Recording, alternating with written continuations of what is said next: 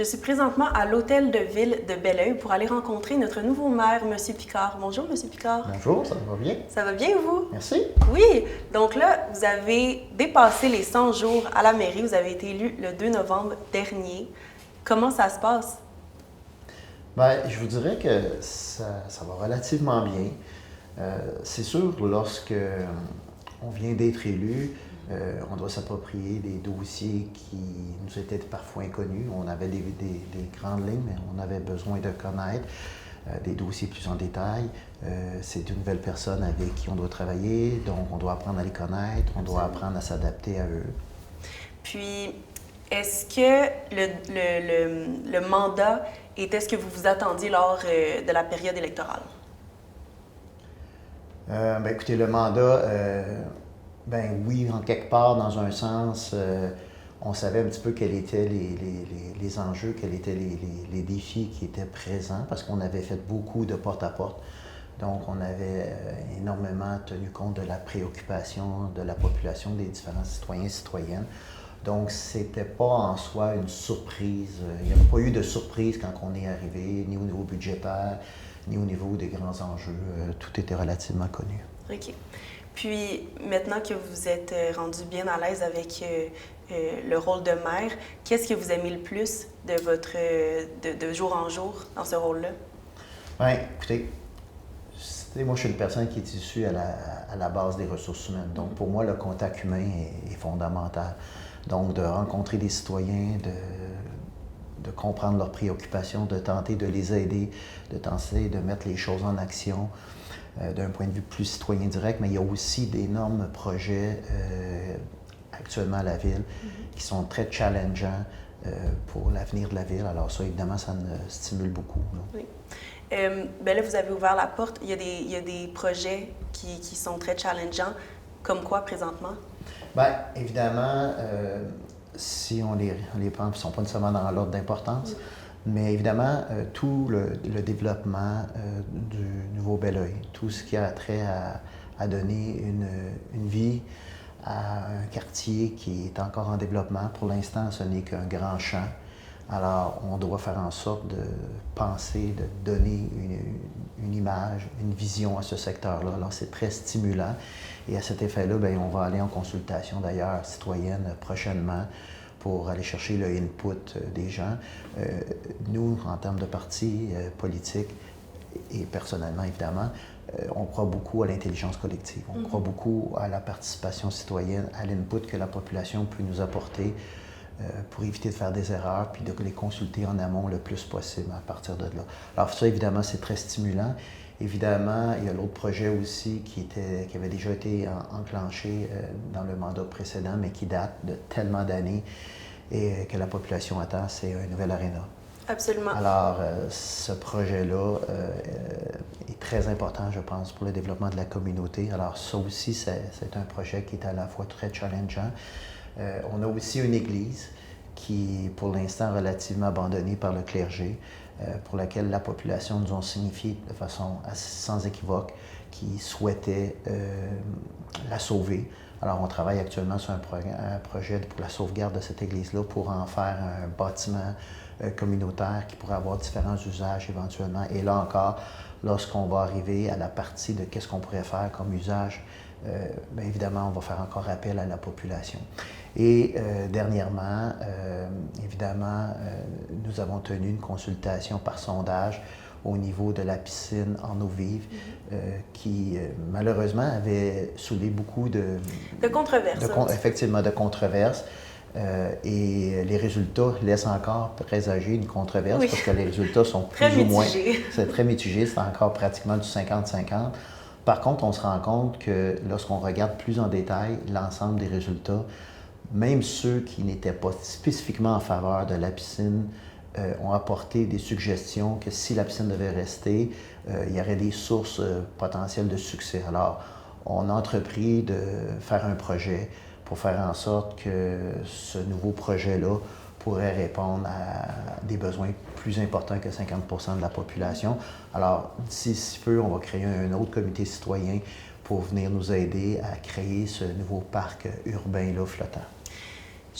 Si je me rappelle bien des chiffres, je pense que le sondage était à peu près de 51 à 49 Effectivement.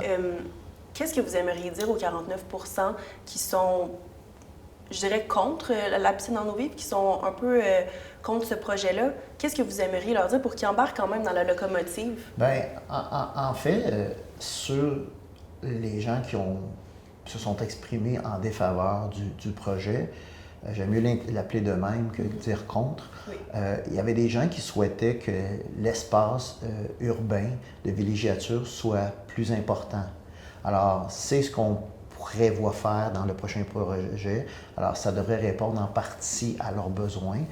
Il y avait tous ceux qui étaient mécontents parce qu'il y avait eu des quais qui avaient été enlevés, donc tous ceux qui venaient en bateau dans le vieux Belleuil se trouvaient défavorisés, puis ça défavorisait les commerces. Alors ça aussi, ça va faire partie parce qu'on prévoit un projet en 3 zones. Alors ça devrait répondre, évidemment. Et pour ceux qui ne voyaient que l'investissement monétaire, puis qui voyaient ça comme étant une problématique en soi, bien, c'est difficile d'un point de vue du conseil d'avoir cette même vision-là des choses, parce que si on appliquerait seulement de faire des investissements où la majeure partie des citoyens y gagneraient quelque chose, on ferait très peu d'investissements parce qu'on a des gens avec des besoins très variés en termes de loisirs ou d'activités. Et il y a peu de loisirs ou d'infrastructures qui permettent d'avoir une majorité importante à travers un même loisir. Donc, il faut qu'on soit capable d'offrir une diversité et d'offrir en quelque part aussi des choses différentes, nouvelles.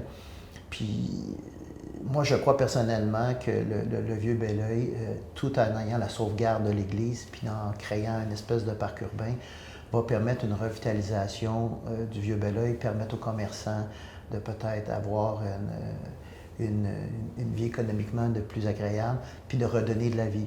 On a beaucoup de gens, lorsqu'on a fait la campagne électorale, qui nous disaient autrefois, Belleuil, il y avait des activités dans le vieux Belleuil, etc. Maintenant, le vieux Belleuil, il est considéré comme relativement mort. Alors, on pense que ça va au-delà de dire qu'on a mis de l'argent dans un bassin en eau vive. C'est plutôt de l'argent qui va aller pour revitaliser un secteur qui est cher à beaucoup de monde, qui est le vieux Belleuil. Lors de votre campagne électorale, vous avez beaucoup mis de l'avant le fait que vous ne vouliez pas être le maire nécessairement juste d'un parti, mais aussi de tous les citoyens. Pensez-vous que de sonder justement les Belleuillois et les Belleuilloises, c'est une manière de les intégrer dans ce processus-là, de prendre des décisions? Bien, oui, parce que en fait, si vous me permettez, ça commence même avec une approche différente au niveau du conseil. Absolument. Bien qu'on soit majoritaire, pour moi, la part des 2 conseillers qui ne font pas partie de notre parti est tout aussi importante que les conseillers qui font partie de notre parti, parce que les faits restent qu'il y a quand même un petit peu plus que 4000 personnes qui ont voté pour l'autre parti. Donc, c'est 4000 personnes qui ont besoin aussi d'être entendues. Certains vont se faire entendre par l'entremise des personnes qui représentent l'autre parti politique. Certaines vont s'adresser à nous par l'entremise de possibilités de nous rencontrer sur une base individuelle. Et évidemment, toute activité, sondage, consultation, rencontre qu'on fait avec la population permet aux gens de s'exprimer clairement. Alors, pour moi, la personne, lorsque quelqu'un s'adresse à moi et fait des recommandations, je ne cherche pas à savoir est-ce que c'était quelqu'un qui avait voté pour Belleuil-Saint-Loup ou pour Rosé Belleuil. C'est un citoyen qui mérite d'être entendu et toute opinion est bonne à entendre. Absolument. Puis là, le Conseil a récemment dévoilé le budget de 2026 qui est près de 60 millions. Oui. Vous avez parlé des choses qui s'en viennent un petit peu pour Belleuil, mais pour un citoyen qui se demande encore, mais où va mon argent? Est-ce que ça va être dans la bonification de services? Est-ce qu'il y a des secteurs qui vont être priorisés? Qu'est-ce que vous aimeriez leur dire? En fait, une des activités qu'on fait actuellement depuis le moment où on est entré en poste, et on a encore fait des activités la semaine dernière avec les directeurs et tous les élus, c'est de travailler sur le plan stratégique. Le plan stratégique, c'est fondamental. Ça nous permet de dresser des orientations stratégiques sur du moyen et long terme. Ça nous permet aussi de déterminer des axes d'intervention, comment on va pouvoir intervenir et éventuellement de faire la liste des différents projets qui pourraient contribuer à l'amélioration de différents services auprès de la ville.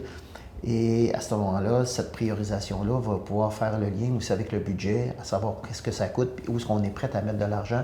Et à cet égard-là, la population va être consultée. La population va devoir nous orienter sur à quoi ils tiennent vraiment comme projet. Donc, ce qui est quelque chose qui est un peu nouveau, c'est une forme de participation au processus budgétaire qu'on va mettre de l'avant, auquel la population pourra nous donner des in, comme en bon français, pour nous orienter sur ce qui, à quoi ils tiennent peut-être plus ou moins. Puis évidemment, à partir de cette information-là, le conseil municipal devra prendre action. On est conscient qu'on ne pourra pas faire le bonheur de tout le monde, puis qu'il y a des actions qui doivent être prises qui sont des obligations à la fois légales ou le fait que des installations soient en grande visitude, donc pourraient tomber en péril. Donc il y a des actions. Mais tout ça, on tente de l'expliquer. Et on veut aussi, pour le prochain budget, être capable d'expliquer à la population sur la base d'un compte de taxes quelle est la partie qui va aux différents services qui est offert à la population. Et je m'attends à ce que ce constat-là puisse permettre à la population de réaliser une chose importante, c'est que pour les taxes payées, il y a beaucoup de services que la Ville offre. C'est une belle façon non seulement de les informer, mais aussi de faire en sorte que Belleuil ressemble à ses citoyens. Oui? Oui? Effectivement, parce que c'était un peu notre créneau auquel on voulait travailler tous ensemble, et tous ensemble pour une ville qui nous ressemble. Alors déjà, même avant l'élection, le tous ensemble était fondamental pour nous, qui faisait abstraction du fait qu'il y ait des gens qui aient voté pour nous ou contre nous. Puis en finissant, M. Picard, pensez-vous que 2026, c'est un renouveau pour Belleuil? Je pense que ça va être un peu à la population de porter un jugement s'ils considèrent que c'est un renouveau ou pas. Moi, j'ose croire que ça va être un mode de gestion qu'on emmène différent, qui va être bénéfique pour les citoyens, qui va être bénéfique pour la démocratie. On espère fortement que les citoyens vont le recevoir de la même façon, puis qu'ils vont s'exprimer, puis qu'ils vont venir partager avec nous leur vision des choses. On peut créer toutes sortes d'activités pour susciter leur opinion, mais il y a une chose qu'on ne peut pas faire, on ne peut quand même pas aller les chercher chez eux à l'intérieur de leur maison. Alors, s'il y a une partie de ça qui va dépendre de jusqu'où les citoyens sont prêts à contribuer au développement de la ville. Donc, après 100 jours, ce que vous aimeriez dire aux citoyens, c'est justement impliquez-vous, venez nous parler. Est-ce que c'est ça votre message que vous aimeriez dire? Essentiellement, oui, parce que si les citoyens désirent avoir une ville qui leur ressemble, auquel leur identité prend place dans la ville, ben nous, on doit le savoir, on doit l'entendre. Puis, j'invite fortement les gens à le faire par les moyens, je dirais, plus usuels. Malheureusement, encore, il y a beaucoup de citoyens qui utilisent les spotted Belleuil et ces choses-là, auxquelles, malheureusement, le langage est souvent peut-être pas approprié ou c'est pas nécessairement positif pour une démocratie. Alors, on invite les gens à faire part de leurs commentaires de façon respectueuse et de nous expliquer pourquoi ils tiennent à ça, pourquoi c'est important pour eux. Alors, c'est plus facile pour nous d'en comprendre les enjeux et d'essayer de réaliser ces projets-là. Bien, merci beaucoup, M. Picard. Ça me fait plaisir. Merci à vous. Merci. Puis, on va se rencontrer très bientôt pour voir la suite des choses avec vous. Merci. À bientôt. À bientôt.